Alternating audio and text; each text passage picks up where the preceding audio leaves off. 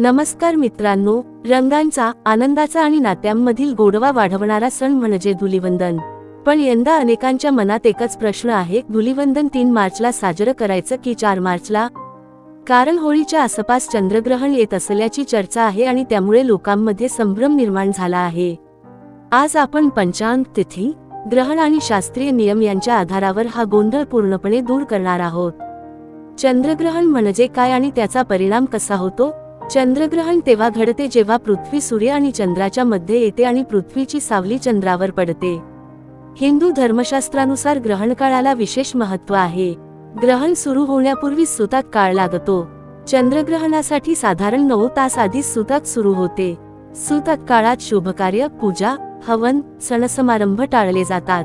जर ग्रहणाचा स्पर्श आपल्या देशात दृश्यमान असेल तर त्याचा धार्मिक आचारांवर परिणाम होतो. पण जर ग्रहण भारतात दिसत नसेल तर अनेक पंचांगानुसार सूतक मानले जात नाही. धुलिवंदनाची तिथी कशी ठरते? धुलिवंदन हा सण फाल्गुन कृष्ण पक्ष प्रतिपदा या तिथीला साजरा केला जातो, म्हणजे होळीच्या दुसऱ्या दिवशी. हिंदू पंचांगात दिवस सूर्योदयापासून मानला जातो. ज्या दिवशी सूर्योदयाला प्रतिपदा तिथी असेल त्या दिवशी धुलिवंदन साजरे केले जाते. आता समजा पौर्णिमा 3 मार्चच्या रात्रीपर्यंत असेल, प्रतिपदा 4 मार्चच्या पहाटे किंवा सूर्योदयाला असेल, तर धुलिवंदन 4 मार्चला साजरे करणे शास्त्रानुसार योग्य ठरेल. परंतु जर प्रतिपदा 3 मार्चलाच सूर्योदयापूर्वी सुरू झाली असेल आणि सूर्योदयाला तीच तिथी असेल तर काही ठिकाणी 3 मार्चलाही साजरा केला जाऊ शकतो. चंद्रग्रहणामुळे तारीख बदलते का? महत्त्वाचा मुद्दा म्हणजे ग्रहण जर पौर्णिमेला लागले आणि त्याचा प्रभाव पुढील दिवशी सूर्योदयावर पडत नसेल तर धुलिवंदनाची तारीख बदलत नाही. ग्रहणाचा परिणाम फक्त त्या काळापुरता असतो.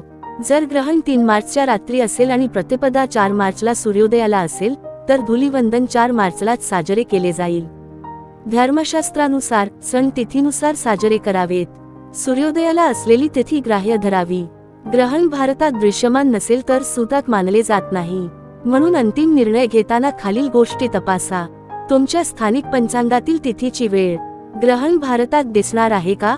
सूर्योदयाला कोणती तिथी आहे? धुलिवंदन म्हणजे केवळ रंग उधळणे नाही. हा सण वाईट विचार, मतभेद आणि अहंकार जाळून टाकण्याचा संदेश देतो.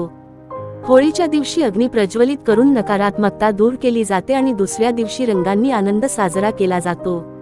लहानांपासून मोठ्यांपर्यंत सर्वजण एकमेकांना रंग लावून शुभेच्छा देतात. हा सण एकतेचा आणि प्रेमाचा संदेश देतो.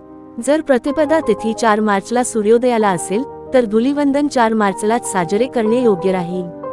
तरीही आपल्या गावातील किंवा शहरातील अधिकृत पंचांग, मंदिरातील पुजारी किंवा ज्योतिषाचार्य यांचा सल्ला घेणे अधिक योग्य ठरेल. तुमच्या मते धुलिवंदन 3 मार्चला साजरे करावे की 4 मार्चला? कमेंटमध्ये तुमचे मत जरूर सांगा.